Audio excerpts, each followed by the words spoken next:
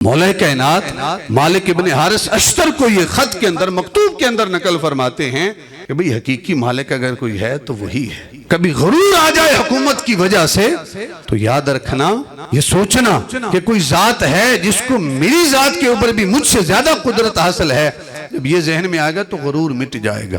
جب باپ کی کیفیت یہ ہے کہ ایک رکعت میں پاؤں ہے، دوسری رکعت سے پہلے قرآن ختم ہو جاتا ہے، اور ماں کی تلاوت کی کیفیت یہ ہے کہ چکی مکمل ہونے سے پہلے قرآن ختم ہو جاتا ہے، تو بیٹا نیزے کی نوک پہ قرآن کیوں نہیں سنائے گا؟ الحمدللہ الحمدللہ الذی لم یزل عالما قدیرا سمیعا بصیرا، والصلاة والسلام على من ارسلہ بالحق بشیرا ونذیرا وداعیا الی اللہ بإذنہ وسراجا منیرا، صلی اللہ علیہ وسلم وعلى آلہ واصحابہ اجمعین۔ اما بعد فاعوذ باللہ من الشیطان الرجیم، بسم اللہ الرحمن الرحیم۔ قال رسول اللہ صلی اللہ علیہ وسلم انا مدینۃ العلم وعلی بابها، صدق رسولہ النبی الکریم۔ قال اللہ تبارک و تعالی فی القرآن المجید والفرقان الحمید فی شان حبیبہ محبرا وامرا، ان اللہ وملائکتہ یصلون علی النبی یا ایہا الذین آمنوا صلوا علیہ وسلموا تسلیما۔ الصلاة والسلام علیک یا سیدی یا رسول اللہ وعلی آلک واصحابک یا حبیب اللہ۔ الصلاة والسلام علیک یا سیدی یا رسول اللہ وعلی آلک واصحابک یا امام الانبیاء والمرسلین۔ اللہم صل وسلم علی رسولک الکریم وآلہ الطاہرین، رب اغفر وارحم وانت خیر الراحمین۔ خاموش ہیں تو دین کی پہچان علی ہیں، خاموش ہیں تو دین کی پہچان علی ہیں، گر بولیں تو لگتا ہے کہ قرآن علی ہیں۔ قرآن تو دیتا ہے ہمیں دعوت ایمان، قرآن تو دیتا ہے ہمیں دعوت ایمان، ایمان یہ کہتا ہے میری جان علی ہیں، اور امت میں نمایاں ہیں سبھی اہل ولایت، امت میں نمایاں ہیں سبھی اہل ولایت، اور اصحاب ولایت کے بھی سلطان علی ہیں، اس باغ نبوت کی کلی ہیں فاطمہ زہرا، اس باغ نبوت کی کلی ہیں فاطمہ زہرا، حسنین ہیں دو پھول تو گلدان علی ہیں، اور ہر ایک یزیدی سے کہو ہاشمی کھل کر، ہر ایک یزیدی سے کہو ہاشمی کھل کر، میرا اسلام علی ہیں میرا ایمان علی ہیں۔ خاموش ہیں تو دین کی پہچان علی ہیں، گر بولیں تو لگتا ہے کہ قرآن علی ہیں۔ بعد از حمد و صلاۃ، زینت محفل، رونق محفل، صدر محفل، جانشین حضور ضیاء الامت رحمۃ اللہ تعالی علیہ، حضور غریب نواز حافظ پیر محمد امین الحسنات شاہ صاحب دامت برکاتہم العالیہ والقدسیہ، سجادہ نشین دربار عالیہ امیر السالکین بھیرہ شریف، اسٹیج پہ تشریف فرما صاحبزادہ والا شان ولی عہد آستانہ عالیہ حضرت امیر السالکین صاحبزادہ محمد نعیم الدین شاہ صاحب دامت برکاتہم العالیہ والقدسیہ۔ بڑا سفر کیا زندگی میں، بڑی جگہوں پر بیان بھی کیا، لیکن یہ وہ سٹیج ہے کہ جہاں بیان کرنا ناممکن تو نہیں لیکن مشکل ضرور ہے۔ خیالات منتشر ہیں، اللہ تعالیٰ استقامت عطا فرمائے۔ میرے ذمے قبلہ علامہ محمد اشرف چشتی صاحب نے ڈیوٹی لگائی مولا کائنات کے حوالے سے، تو میں سوچنے لگا کہ آپ کی کس شان کو بیان کیا جائے۔ علم کے میدان میں آپ بے مثال ہیں، شجاعت کے میدان میں آپ بے مثال ہیں، تو میں سرچ کرنے لگا کہ آپ کی زندگی کے کس پہلو پر بات کی جائے۔ کافی کتابیں میں گوگل سے بھی سرچ کرتا رہا، ایک کتاب مجھے ملی معاملات علی رضی اللہ تعالیٰ عنہ، کہ آپ کے جو معاملات ہیں وہ کیا ہے۔ قیوم نظامی صاحب کی کتاب، بڑی خوبصورت کتاب، تو اس کے جو شروع میں پہلا صفحہ انہوں نے لکھا، اس کے اندر اتنی اٹریکشن تھی کہ میں نے اس کتاب کو ڈاؤن لوڈ کیا اور اس کو باقاعدہ جو ہے اس کے پیج میں نے پرنٹ آؤٹ کیا، اس کو پرنٹ نکالا اور اس کو پڑھا۔ اس کا جو مواد ہے میں وہی آپ لوگوں کے سامنے رکھوں گا۔ چند چیزیں حضور کے ساتھ آپ کا جو عشق تھا، علم میں آپ کا جو مقام تھا، اگر انشاءاللہ ٹائم نے ساتھ دیا تو میں آپ احباب کے گوش گزار کروں گا۔ احباب جی وقار، جب تک ہم نے معاملات کو عبادات کا حصہ شمار کیا تب تک اسلام ترقی پذیر رہا، اور جب ہم نے معاملات کو عبادات سے الگ کر دیا کہ عبادات صرف مسجد کے اندر ہیں،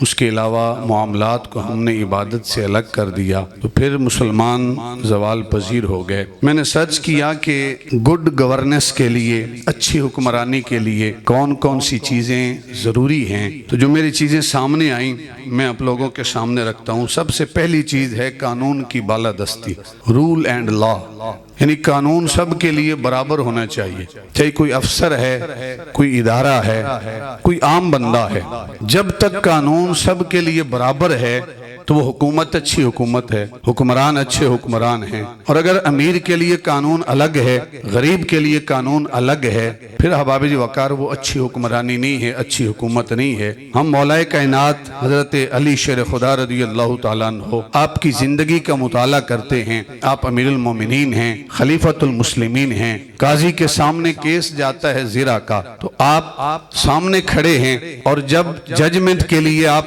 وٹنس پیش کرتے ہیں، گواہ پیش کرتے ہیں، تو اپنے بیٹے امام حسن مجتبیٰ کو پیش کرتے ہیں۔ قاضی یہ کہہ کر گواہی کو رد کر دیتا ہے کہ باپ کے حق میں بیٹے کی گواہی قابل قبول نہیں ہے، تو امیر المومنین اس گواہی کو قبول کرتے ہیں، قاضی کے فیصلے کو قبول کرتے ہیں۔ یہ نہیں کہتے کہ میں قانون سے بالا تر ہوں، میں امیر المومنین ہوں، میں اس فیصلے کو نہیں مانتا۔ یہودی نے جب دیکھا کہ عدل اور انصاف اتنا ہے تو یہودی کلمہ پڑھ کے دائرہ اسلام میں داخل ہو جاتا ہے۔ دوسری چیز ہے جس کو ٹرانسپیرنسی کہتے ہیں، شفافیت۔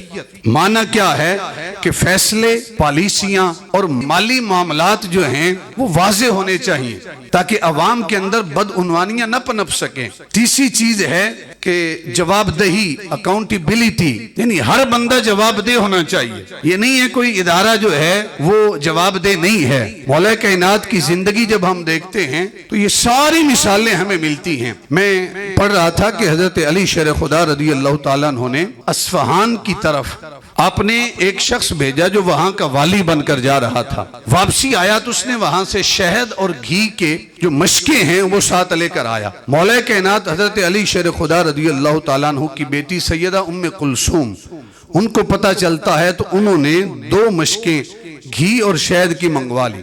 جب منگوائی، مولا کائنات کو پتہ چلا تو آپ نے وہ دونوں مشکیں واپس منگوائیں اپنی بیٹی سے، اور جب دیکھا گیا کہ اس میں کچھ گھی بھی کم ہے، شہد بھی کم ہے، پھر اس کا اندازہ لگایا گیا کہ اس کی کتنی مقدار اور کتنی قیمت بنتی ہے۔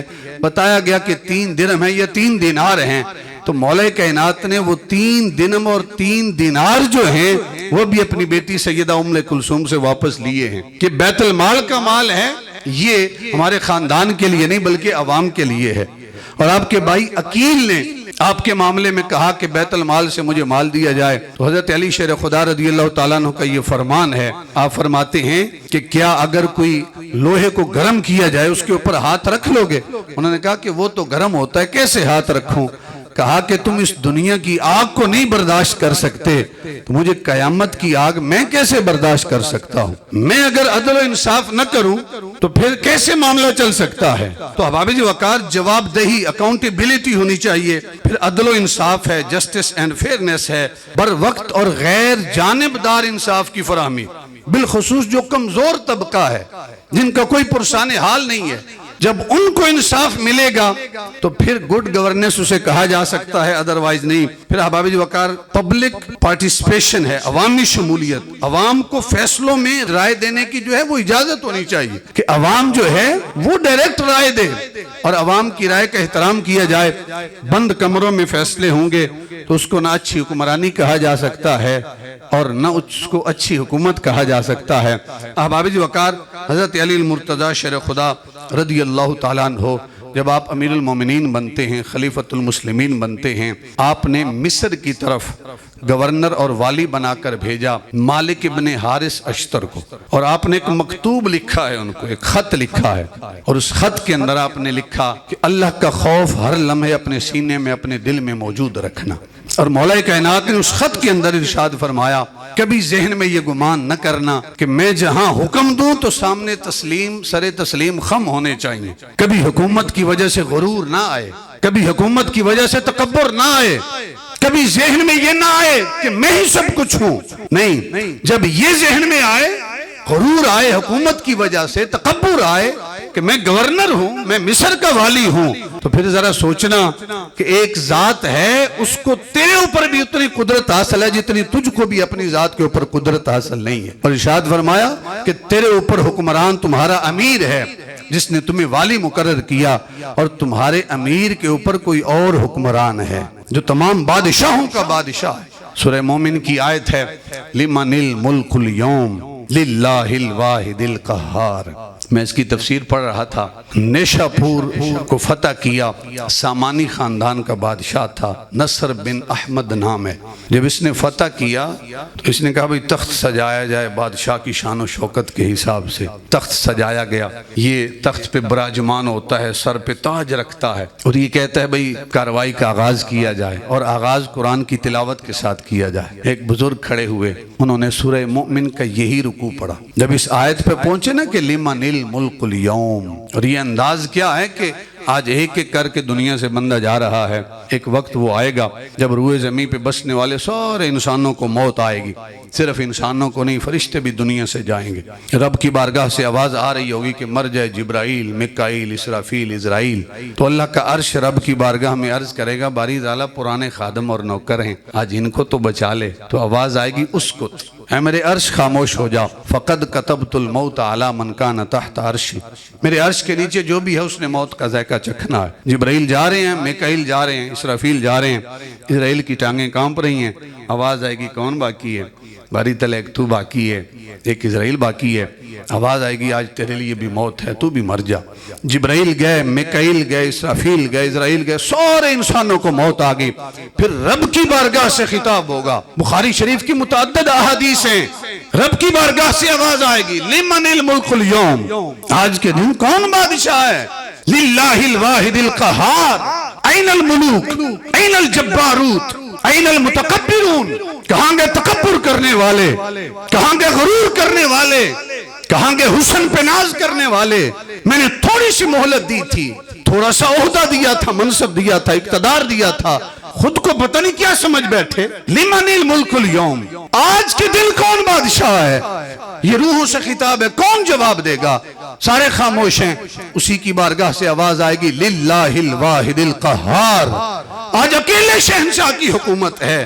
بعد حدیث میں آیا کہ خالق کائنات خود ارشاد فرمائے گا لمن الملک اليوم، اور بعد حدیث میں ہے کہ فرشتے پوچھیں گے وہیں پہ چھوڑا، منبر وہیں پہ چھوڑا، تخت وہیں پہ چھوڑا، نیچے زمین پہ آئے، سر سے تاج زمین پہ رکھا اور سر سجدے میں رکھ کے کہا سبحان ربی الاعلیٰ، باری تعالیٰ میں تو عارضی بادشاہ ہوں، اگر کوئی حقیقی بادشاہ ہے تو تیری ذات مبارکہ ہے۔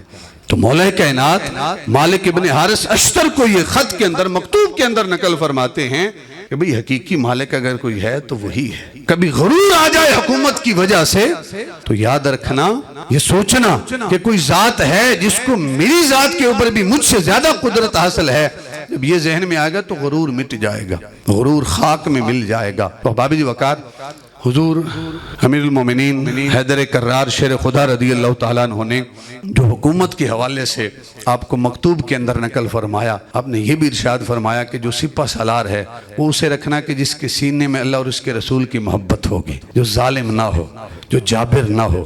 یاد رکھنا رعایا سے غلطیاں بھی ہو سکتی ہیں، جانے انجانے میں، تم نے معاف کرنا ہے۔ پھر ارشاد فرماتے ہیں کہ جو جج ہے، جو فیصلہ کرنے والا ہے، وہ ایسا بندہ ہونا چاہیے کہ پہلے تو یہ ارشاد فرمائے کہ اس کی جو ہدیہ ہے، جو تنخواہ ہے، وہ تھوڑی نہیں رکھنی، وافر مقدار میں رکھنی ہے، تاکہ لوگوں کی امانتیں اس کے پاس آئیں گی، اس کی نظر لوگوں کی امانتوں کے پاس نہ ہو۔ اور میں یہ سن کر، میں یہ پڑھ کر حیران رہ گیا کہ آپ ارشاد فرماتے ہیں کہ جو فیصلے کرنے والا ہے اس کے اوپر ایک ایسا بندہ بھی ہونا چاہیے، چند ایسے مخبر ہونے چاہیے جو اس کے فیصلوں کو دیکھیں کہ کیا فیصلے صحیح ہو رہے ہیں یا نہیں ہو رہے۔ پھر ارشاد فرماتے ہیں جو اپنے وزیر ہیں، مشیر ہیں، ایسے بندوں کو نہ رکھنا جو چاپلوس ہوں، جو ہر خبر ہی اچھی خبر ہونے کی دیں، سب اچھا ہے، اچھا چل رہا ہے، بلکہ ان لوگوں کو اپنے خاص جو مصاحب خاص ہوتے ہیں ان کو اپنے قریب رکھنا جو حق بات کہنے والے ہوں، اگرچہ وہ کڑوی ہی کیوں نہ ہو۔ تو حیدر کرار کے مکتوبات کے اندر آج بھی رہنمائی موجود ہے آج کی حکومتوں کے لیے، اور میں سمجھتا ہوں کہ 1400 سال گزر گئے اور قیامت تک کے لیے اگر کوئی رہنمائی حاصل کرنا چاہتا ہے تو حیدر کرار کی بارگاہ میں جو آپ نے 4 سال آپ کا دور ہے، دور خلافت کا، اس کے اندر آپ نے جو قانون تجویز فرمائے ہیں وہ قیامت تک کے لیے عمل درآمد ہیں، ان پر عمل ہو سکتا ہے۔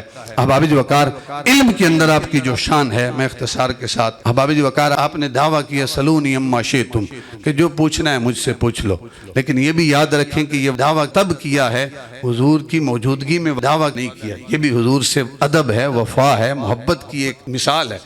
حضور نے دعویٰ کیا تھا کہ سلونی اما شئتم، جو مجھ سے پوچھنا ہے پوچھ لو، میں امنہ کلال تمہیں ہر سوال کا جواب عطا فرماؤں گا۔ حضور کی زندگی میں مولا کائنات نے یہ دعویٰ نہیں کیا۔ کب کیا ہے؟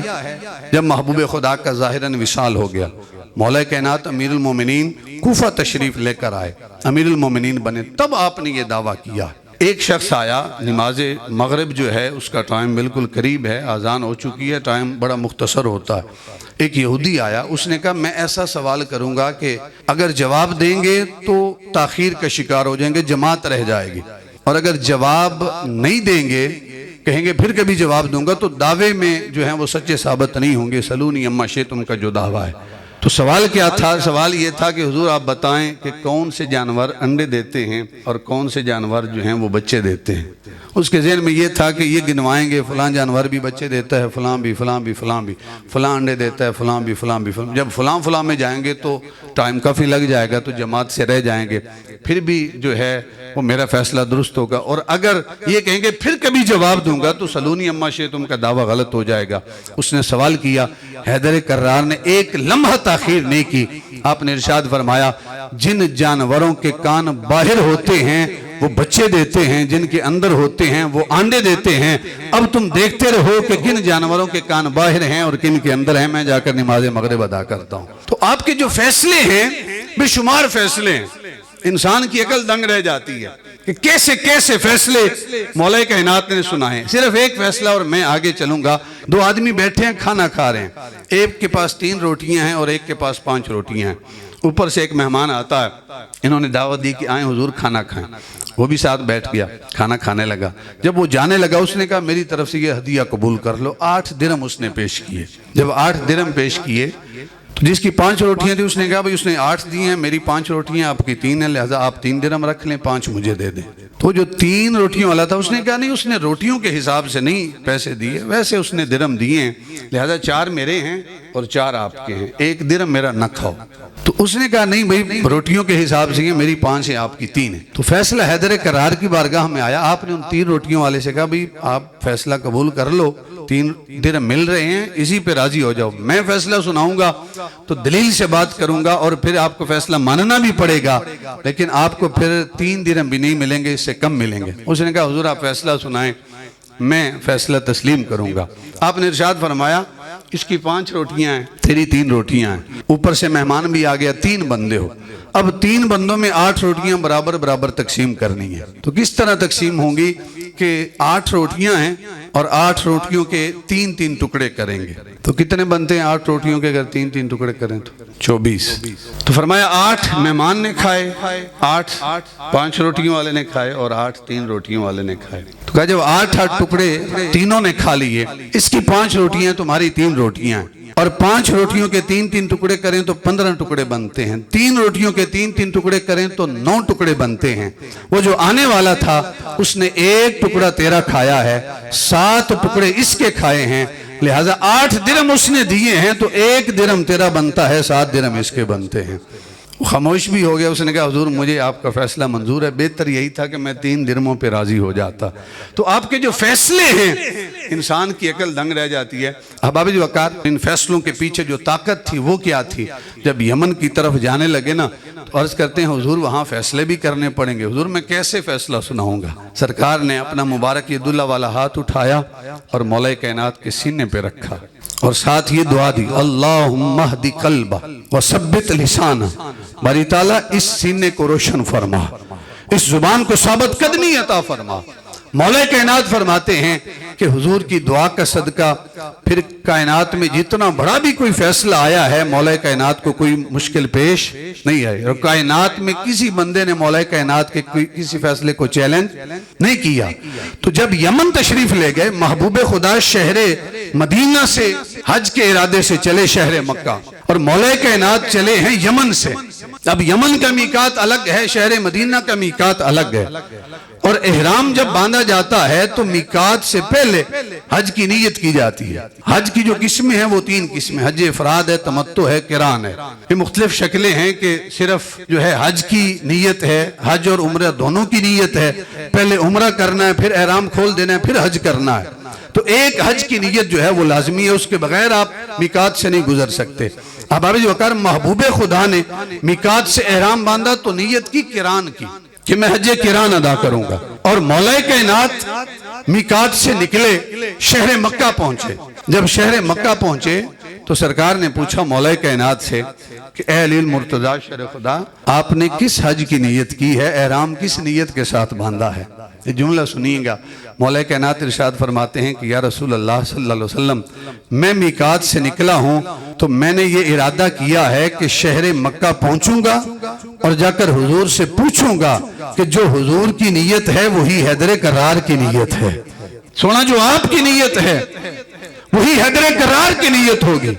میرا عشق بھی تو, میرا یار بھی تو, میرا دین بھی تو, ایمان بھی تو, میرا جسم بھی تو, میرا روح بھی تو, میرا قلب بھی تو, جن جان بھی تو, میرا قبلہ کعبہ مسجد منبر مصحف تے قرآن بھی تو, میرے فرض فریضے حج زکاتاں صوم صلاۃ اذان بھی تو, میرا بھرم بھی تو, میرا دھرم بھی تو, میرا شرم بھی تو, میرا شان بھی تو, میرا ذکر بھی تو, میرا فکر بھی تو, میرا ذوق بھی تو, وجدان بھی تو, کل نبیاں دا سلطان بھی تو, نالے عرشاں دا مہمان بھی تو, جے یار فرید قبول کرے سرور بھی تو, سلطان بھی تو, میں مقدی گل مکا چھوڑا, میرا دین بھی تو, ایمان بھی تو.